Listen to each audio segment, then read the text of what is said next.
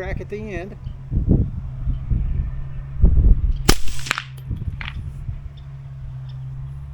With plenty hearing safe up here.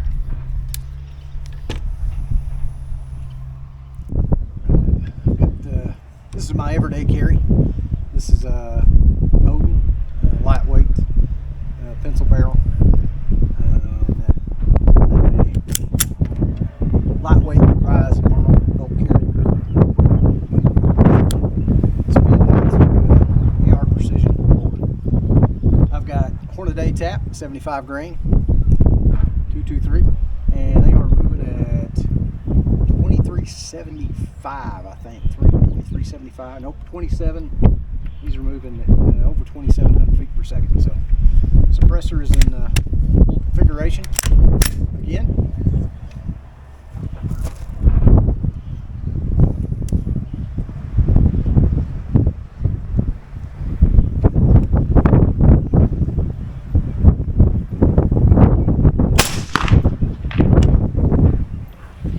Still smarts just a little bit. I wouldn't shoot it all day.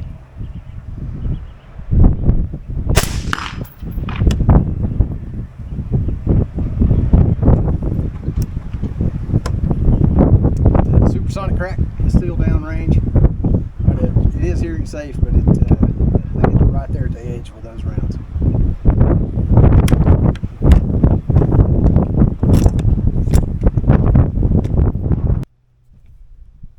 Rossi triple black, lever action, chambered in 357 and 38. Special. This 38 is, I believe it's from Freedom Munitions, and it is a 158 grain, moving at 880 feet per second.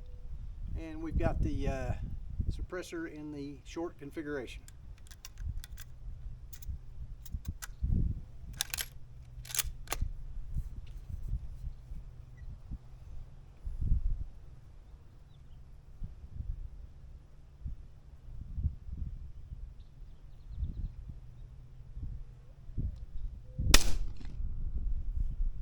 That's pretty quiet.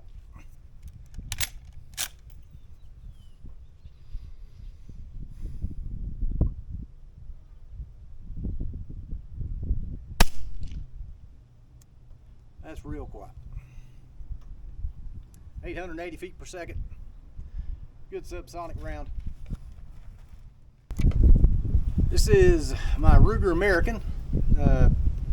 Obviously got a nice stock on it, the Magpul Hunter, and I added a good quality bolt handle on the thing so you can get a hold of it. We are running S&B 220 grains, and they are moving at I think 1320 feet per second. Suppressor's in full configuration. Why not? It's on a bolt gun.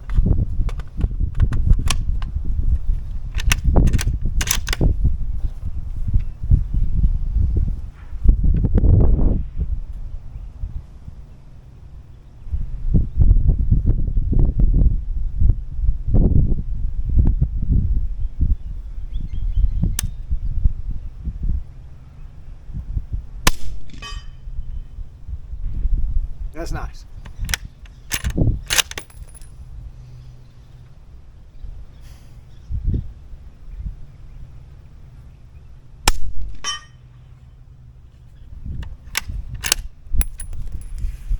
Yep, that sounds really nice.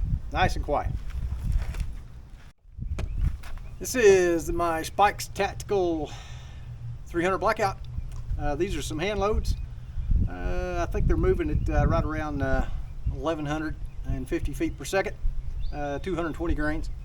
I believe it's a Barry's plated bullet, and we're suppressor in full configuration, 16-inch barrel.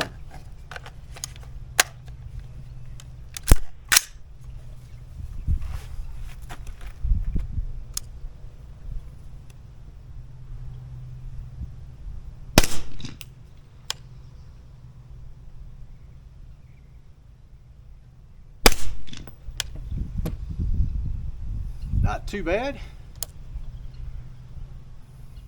Actually got pretty good gas.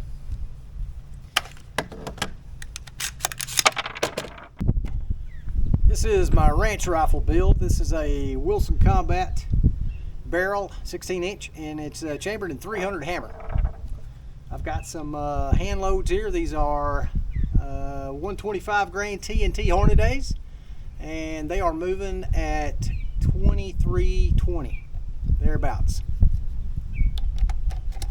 Suppressor is in full configuration. See how the gas is.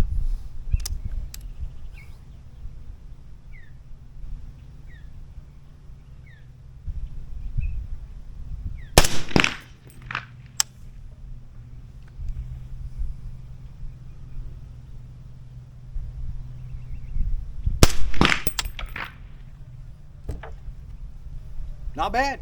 Definitely better than the 223. Lot quieter than the 223. All right, it's getting late in the day. Sun's setting. This is the last rifle, and this is my 308 battle rifle. It is a Noreen billet upper lower, and then I've got a Wilson Combat 16-inch barrel on it. These Wilson Combat barrels has an intermediate gas system set up on it. Not sure how it's going to run on this gas gun. Most of these big bore gas guns don't like suppressors. It should be okay. I've got the Landtac bolt carrier group in here. Really expensive bolt carrier group, but it's heavy, and it tends to hold that round in the chamber just a little bit longer before it extracts. Let that brass shrink down a little bit. We're running a 168 grain, and that is a boat tail match Winchester, and it is moving at 2680. We'll see what it sounds like. A couple of shots. This is not a rifle that I'm going to run this suppressor on. We'll just see what it sounds like.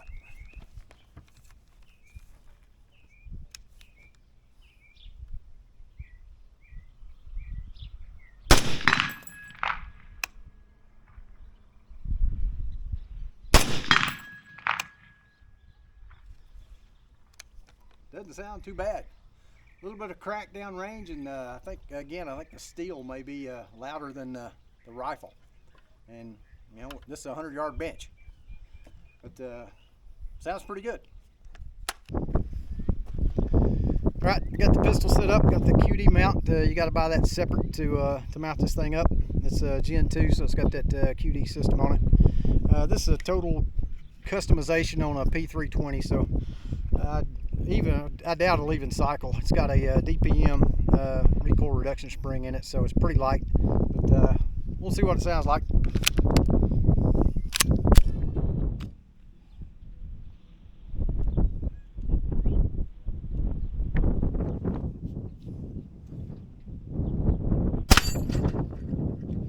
And right there, she didn't go all the way back into battery. Same thing, didn't go all the way back into battery.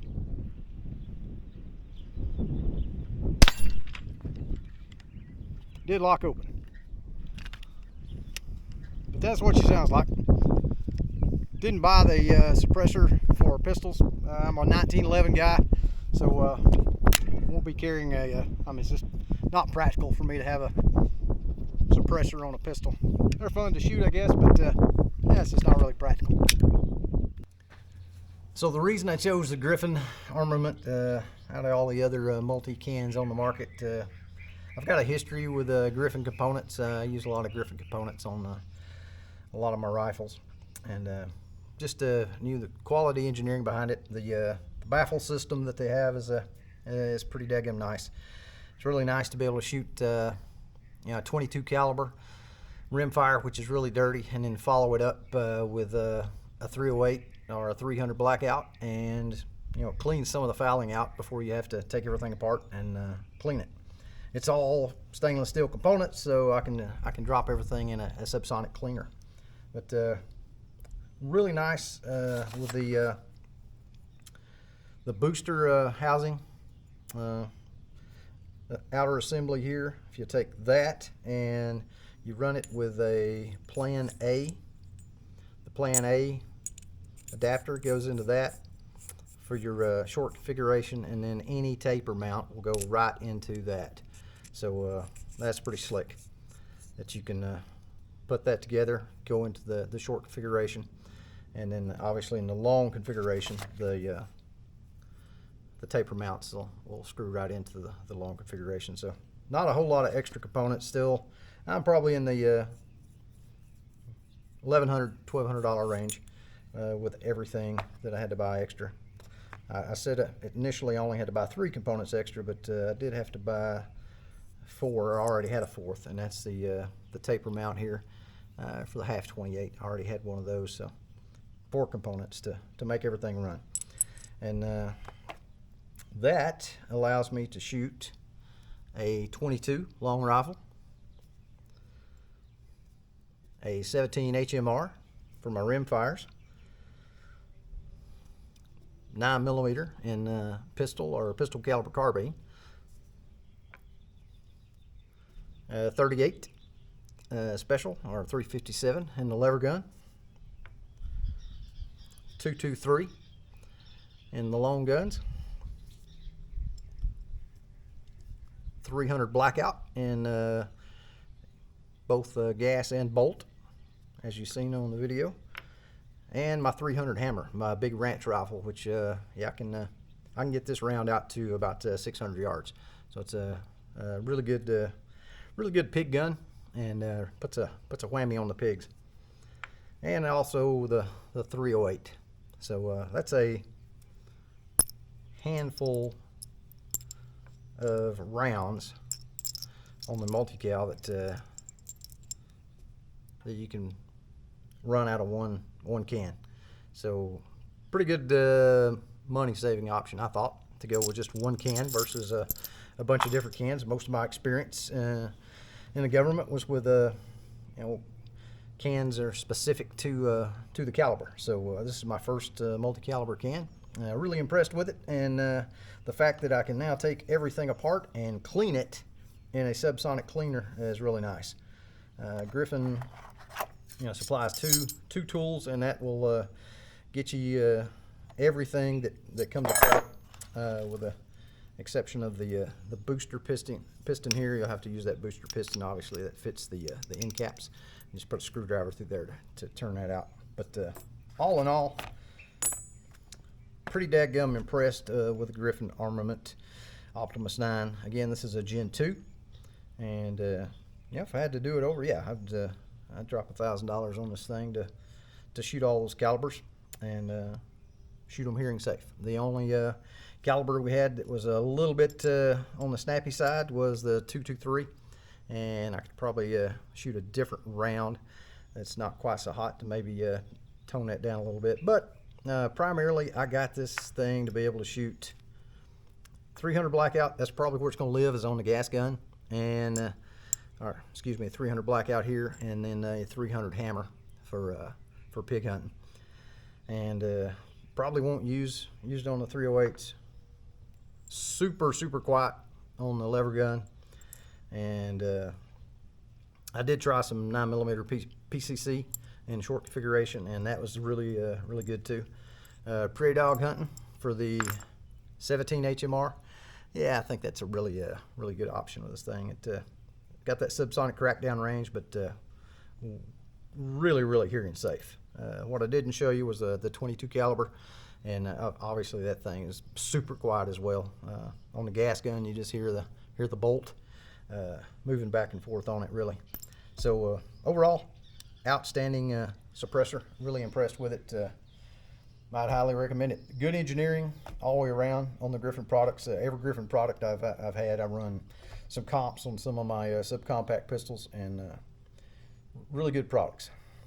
Impressed with the Optimus 9 for sure.